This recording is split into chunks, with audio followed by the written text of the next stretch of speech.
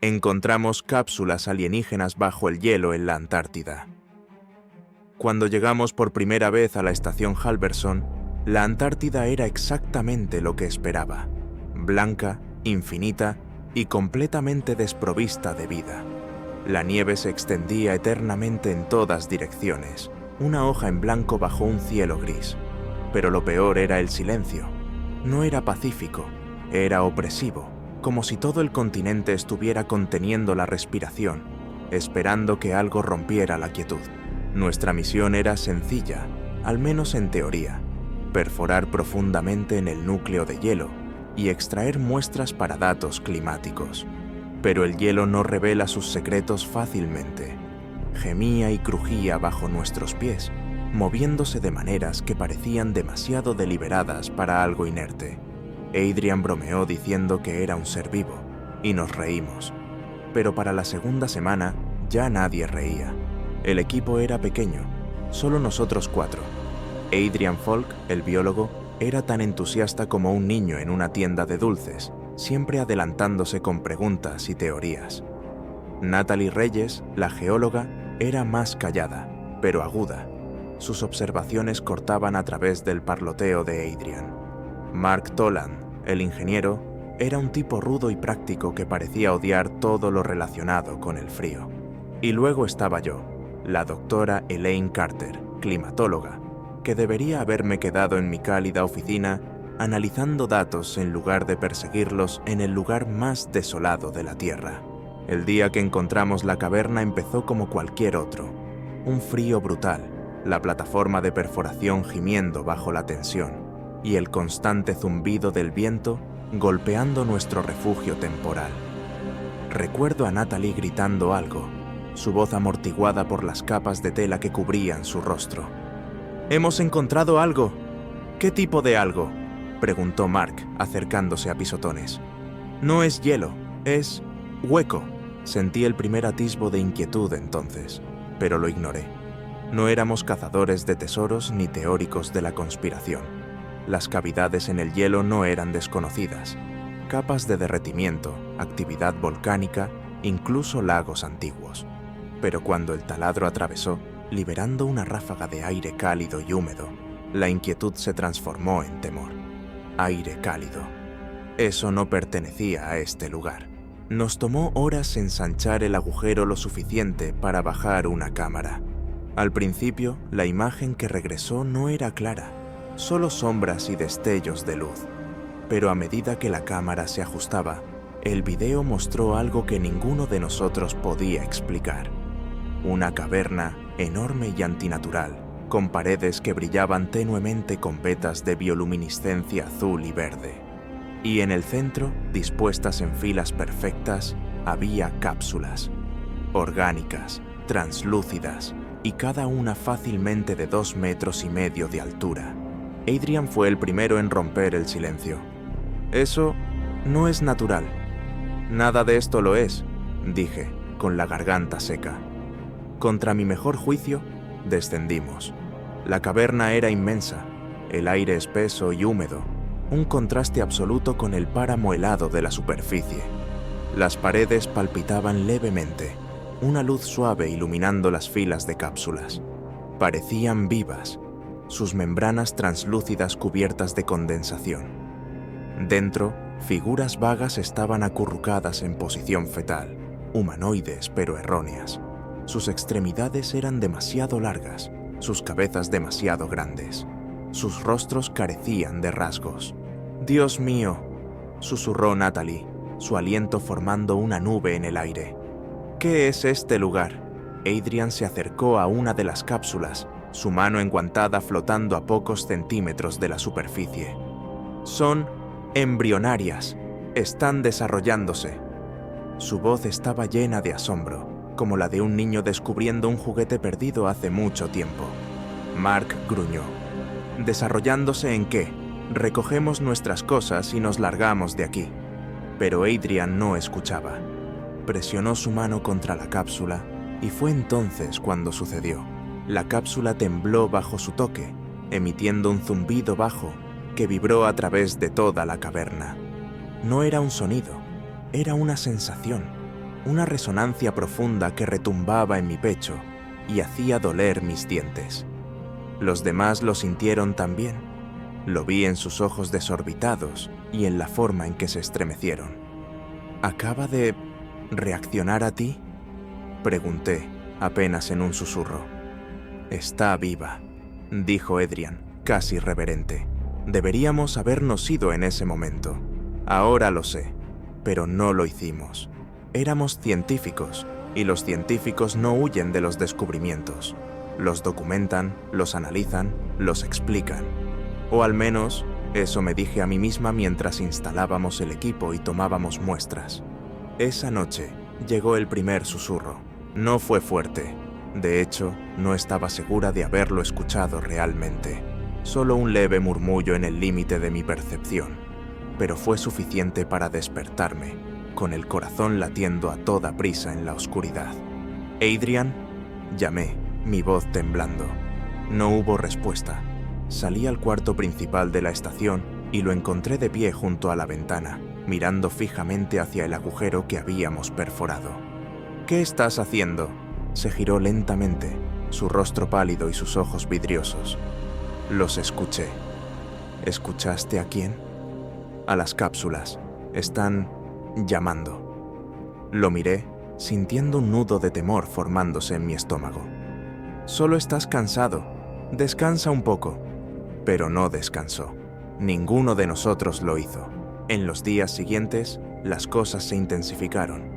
El zumbido de las cápsulas se volvió más fuerte, vibrando a través de las paredes y metiéndose en nuestras cabezas.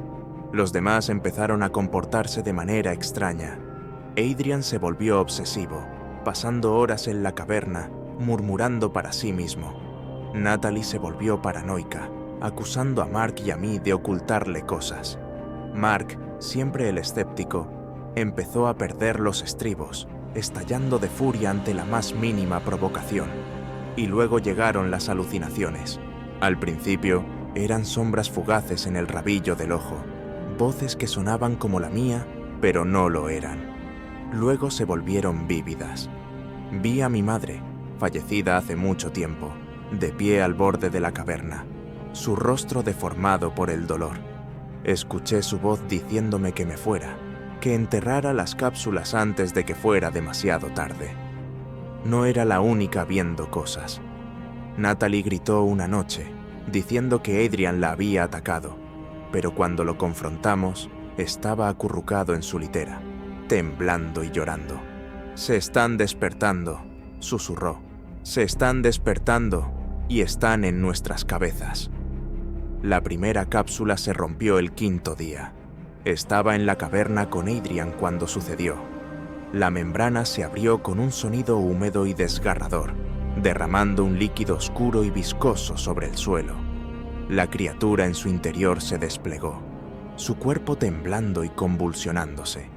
Estaba incompleta, su piel pálida y parcheada, sus extremidades demasiado largas, su rostro carente de rasgos.